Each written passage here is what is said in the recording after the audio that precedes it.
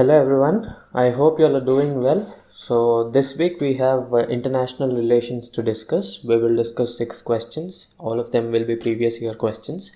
I'll set out a strategy as to how to address international relations based questions, and then we'll move forward and look at this particular question, and then we will see the sample answer as usual. Moving forward towards the end, I'll open up the question for tomorrow for discussion, right? So before we move forward, what are the things that we have to keep in mind when we have to write an international relations based question? In international relationship based questions, there are some prerequisites that you have to keep in mind. One, wherever possible, please draw a diagram. But the problem is, when it comes to international relationship based question, there is a common question that comes to the mind of the aspirant. Do I have to draw the whole diagram of the world? Not necessarily. Any rough diagram of pointing out whatever you want to point out, whatever countries or whatever water bodies if necessary. If you want to point out these things, any rough schematic will do. Instead of spending too much time on drawing the whole world map, you can draw a part of the map to show what you have in your mind. So that is the first thing I want you to keep in mind, that is the usage of diagram. Now, what is the second thing that we have to keep in mind when we write an international relations based question? So international relations, if you see, this is the most dynamic chapter, most dynamic part or course of the syllabus throughout your GS2 and GS3, because everything changes over a day. Every day you have something new coming up, some ball by ball commentary which comes up every day in the newspaper, and you have to track these things. I mean, you might not make notes out of each of these newspaper articles, but you have to track these articles so that you get a holistic view of what the issue is about, right? Either you do that or you read monthly magazines, but monthly magazines will not be able to give you a comprehensive picture when it is coming to an international relation based topic. See, if the monthly magazine is talking about agricultural topic, let's say neem coated urea, so whatever is there about neem coated urea in that monthly magazine is usually sufficient for us to have some content and probably write it or dump it in the examination. But the problem with international relations is you cannot concise these things because there is simply too much of content. So it will be difficult even for these monthly magazines to totally concise the topic and write. So what I advise is, anyway you spend some time reading the newspaper, right? So you track these articles and keep a mental note of things. So whenever you see something in the monthly magazine, you will have an idea of what is happening. You will know the background of what is happening because you have been tracking the issue anyway. And this gives you a holistic perspective, and you can use the content which is given in monthly magazines which you are following, whichever be the magazine, be it La Excellence or anything else. You can use these magazines to supplement your content. But what are the things that you have to keep in mind? The summits that take place, like for example, if there is a G20 summit, if there is a Davos summit, and if there is a summit of the World Bank, and so on, all these things, if they happen in a particular year, you have to take a mental note of these things. You probably have to make a short note of these things. Writing these things in the examination will tell the examiner that you are well versed with the current affairs, you are well versed with what is happening on the world scenario. So whatever is happening in the Davos summit, what is the crux of that particular summit, if you are able to write it in your answer, of course only if it is relevant, and if you are able to write it in the answer, it is going to add value to your answer. So the recent events like summits and so on, these things you have to keep in mind. In addition to this, you have to know certain resolution. If the question is a combination of international relations and security, you have to know the resolutions. Like for example, UN resolutions 1267.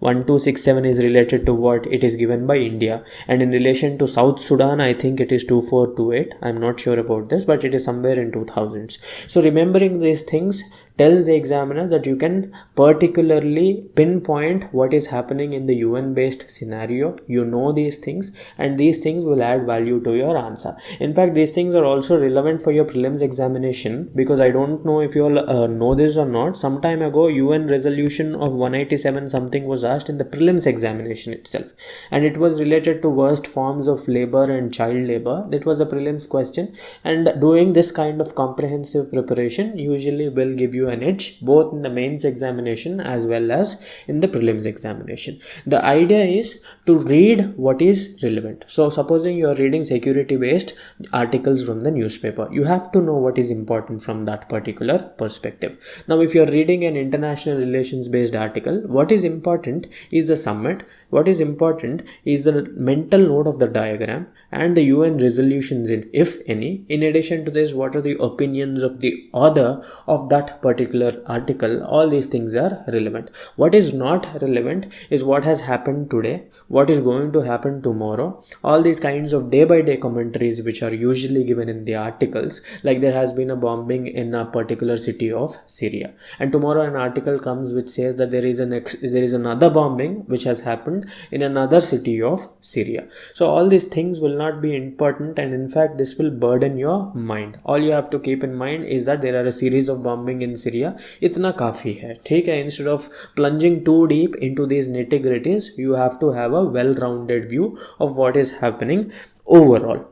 Anyway, so with that perspective, we'll read today's question. I'll change the color of the pen so that it is visible better. So today's question is on look east policy. Though this is a 2016 wala question. In fact, India has transitioned from look east to what? India has transitioned from look east to act east. Okay, anyway, so the question says the following: evaluate the economic and strategic dimensions of India's look east policy in the context of post-Cold War international scenario. Okay, so it is basically asking you to evaluate a certain set of dimensions, and in such a situation, what do you do? Firstly, you have to know what this look east policy is. You need to have a brief background about what this look east policy is. So what is this look east policy? After the disintegration of USSR has disintegrated in 1991. As we all know, after the disintegration of USSR, what happened was the focus of the world as such has shifted towards Asia. People started talking more about China, more about ASEAN countries, East Asian countries, India, and so on. In fact, some international authors have said that the focus has shifted from the Atlantic Ocean to the Indian Ocean and the South China Sea. That is, the focus previously used to be in the Atlantic Ocean, which is the midpoint between the West America and the Europe. Right now, this focus, this center of power has shifted to the east, is what some famous books have talked about. In fact, I think David Malone has also talked about it in his book Indian Elephant, I suppose. Anyway, so what I'm trying to tell you is that after the disintegration of Soviet Union, there has been a considerable shift in the way in which the importance of different countries in the world has turned out to be. In such a situation, India had to recalibrate its policy. Okay, and also there was another reason. India for a long time has tried to cultivate good relationships with Saudi and the Gulf countries and Afghanistan and so on. So we've spent enough amount of time and money and investment on the northwest part of the world.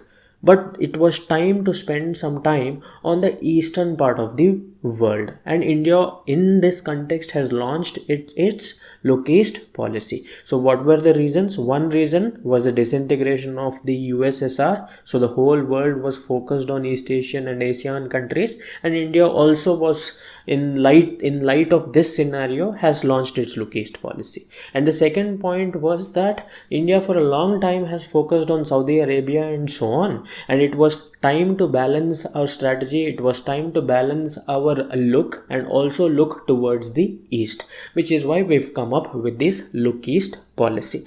And what are the dimensions of this look east policy? The dimensions are 1, economic, 2, strategic, and you have to evaluate both of these dimensions.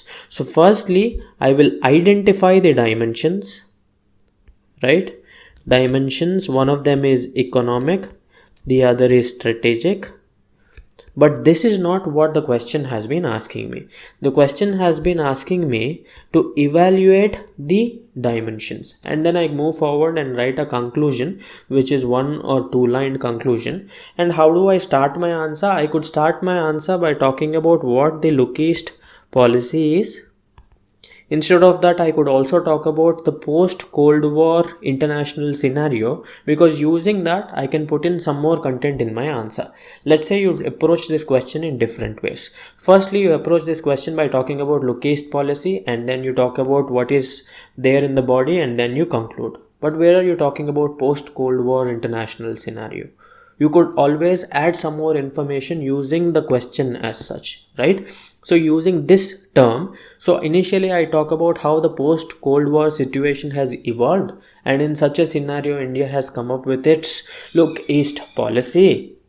And then I move forward and write my answer. So this is the introduction, body, conclusion format. So we will move forward quickly and look at the answer. So here is the sample answer for you. This is the introduction. In the post-Cold War scenario, the focus of the world has moved towards China, ASEAN, and so on, right? And India's Look East policy is basically in line with this world development. So whatever was happening in the world, India was also going on with this trend, so we wanted to look east. In addition to this, there was a second reason which I gave, which I said it was the fact that we had to balance our relations with the east as well as the west. With the west, we have cultivated good relations with Saudi, Israel, Iran, and so on, and then we have spent some time and energy in Afghanistan, so we naturally wanted to look east. So he mimicked the nature of the question. He has told me how the post-Cold War scenario has evolved. So India's Look East policy is an attempt to cultivate strong and extensive relations with ASEAN, East Asian, and Pacific countries. So there might be a conceptual glitch here. In the Look East policy itself, I think there is no Pacific involved. In Act East policy, which is a forward or a continuation of the Look East policy, we started thinking more extensively. In the Look East policy, the idea of looking at Pacific, etc., Pacific countries and so on was only in theory. In Act East policy, we wanted to do that. But anyway, it is fine. So this is a 4-lined introduction. It could have been cut down, but because it is a 15 marker, I think this is fine. Now he's talking about the dimensions of the Look East policy. So there are several other dimensions of Look East policy, but the most important of them were economic and strategic. But in general, Look East or Act East policy is related to 3 things: economic, strategic, commerce. Right, we basically talk them about in terms of 3 C's: commerce, culture, and connectivity. But these can be broadly divided into these 2 things. Economic and strategic is what has been asked by the question. We will talk about it. So what are the economic aspects? 1, we wanted to increase the trade. We have signed FTAs with ASEAN. We have signed investment pacts or bilateral investment treaties and so on. At the same time, we wanted to cultivate good physical connectivity with these regions. And what does it mean by cultivating good physical connectivity? We will develop more roads, more railways, more waterways, and so on, so that we can improve our trade situation, our movement of people situation with these countries in this particular region. So physical connectivity also we wanted to improve. And then there is this concept of tourism. We wanted to develop the Buddhist circuit and so on. All these things are basically economic dimensions. So then you move forward, talk about strategic dimension. Strategic dimension is that which is very important, and it forms a security perspective. So there are some things India has done in order to develop strategic depth with the East Asian countries or the Look East countries. What has it done? Especially in the South China Sea, we wanted to cultivate a strong presence. So we wanted to, in fact, we have cultivated good relations with countries like Vietnam, Philippines, and so on. So with Vietnam, we have basically defense vessel sale. Like for example, after MTCR, what happened was, see, what is MTCR? MTCR is basically a treaty, a worldwide agreement, which restricts the movement of certain kinds of missiles. What is MTCR? Missile Technology Control Regime. So it controls the missile technology. Now in this MTCR, India has gotten a concession, as in India became a member of MTCR. After that, India is allowed to export certain missile technologies. So using this opportunity, India wanted to export this to East Asian countries, especially in the ASEAN countries, so that it wanted to create a strategic depth with these countries of South China Sea. And in addition to this, India wanted to establish its presence in South China Sea. We have built consensus for our UNSC permanent membership, especially with the ASEAN countries and so on. There are a couple of countries in this region, right? Myanmar, Laos, Vietnam, Republic of Korea and so on. There are a lot of countries which could provide support to India when it comes to UNSC permanent membership. Next is countering China's string of pearls. This is one strategic dimension of Look East policy, but that is not explicitly listed anywhere. But this is what we implicitly decided to do. See, no country will directly tell on the public platform that we want to counter China's string of pearls policies. China's string of pearls policy is a theory. It is not, of course, it is happening, but it is a theory. It has been given the name of string of pearls. There is no official doctrine of string of pearls. So India's Look East policy has the indirect dimension of countering China's Look East policy. In addition to this, we are creating support to Vietnam in PCA. PCA is what? Permanent Court of Arbitration. You should be writing your full name instead of the acronym. So Permanent Court of Arbitration has ruled that China is transgressing in the areas of South China Sea. It is taking away the lands like Woody Islands, Paracel Islands and so on, and it is doing it in an illegal manner. That is one point which the Permanent Court of Arbitration has said. In addition to this, whatever China is doing, whatever constructions it is making for defense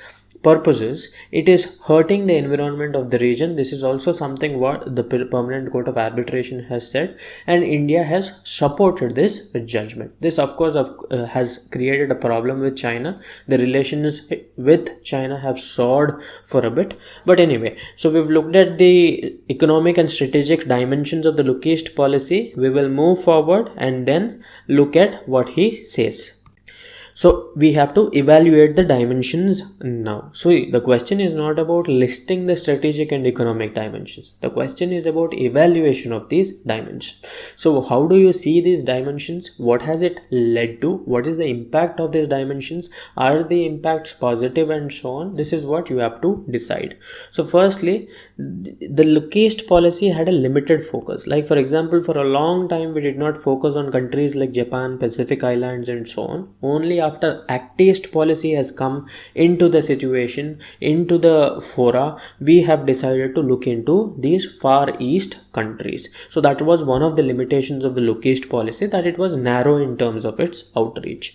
Next, China has also made progress in terms of its string of pearls approach. So what he is trying to tell you here is, on one hand, India is trying to improve its relations with the countries in the ASEAN, countries in the East Asia and so on. China is also simultaneously doing the same. China is building relations with Myanmar and other countries in order to improve its strategic depth in this region. So this is a weight, counterweight, prop, counter prop kind of situation between India and China. So Sitwe project and projects in Laos, Malaysia, etc. So these are basically examples that he is trying to give. Next, India's Look East policy and its active participation has soured relations with China. Like I said, India has supported the Permanent Court of Arbitration's judgment, and this of course was not received well by China, and it has created some amount of trouble with China. So physical connectivity in terms of roads, etc., has a long way to go. It is really difficult to create roads in that particular region, especially because the northeastern region of a country has a set of problems. Firstly, we have riverine borders, shifting borders. We also have the problem of insurgencies, and the terrain is very difficult to construct roads. There is a lot of rainfall throughout the year and so on. So because of all these reasons, we have not been able to improve the connectivity. So the Look East policy as such has been hindered by this problem of physical connectivity. Now moving forward, lack of success in RCEP, and there is the problem of investment pacts. We have signed several investment pacts with the countries, but these investment pacts have not taken off because India itself has come up with a model BIT, or model bilateral investment treaty, which nullified all these investment pacts, and we had to negotiate all these things again and again. So this has created a lot of delay, not a problem per se, it has created a delay in relation to investment movement either ways, investment movement from their country to our country, from our country to their country. So these are the evaluations. So the strategic and economic dimensions have been launched by India, yes, but there are certain shortcomings, as has been pointed out by these particular 5 or 6 points. So the evaluation has been done. So despite these weaknesses, India has the opportunity to deepen its relations in the region. The same has to be taken forward through the present Act East policy. So this is a decent answer, but a more amount of content could have been written about the Act East policy, because the Act East policy is what is happening right now. But of course the question is on Look East policy, अब क्या ही करेगा, Act East policy कहाँ से डाल देगा. But in general, Act East policy points could have been written here. So this should be the discussion. I'll open up the question for tomorrow. So tomorrow's question is on India-Pakistan relation. Terrorist activities and mutual distrust have clouded India-Pakistan relation. That is, the terrorist activities have created some amount of trouble between India and Pakistan. Not some amount of trouble, a lot of trouble. In such a situation, what is the utility of soft power and how far can it help? You have to discuss this with suitable examples. I wanted you to try this question, think about the subheadings of this question, sleep on it. We will discuss the question tomorrow. Thank you.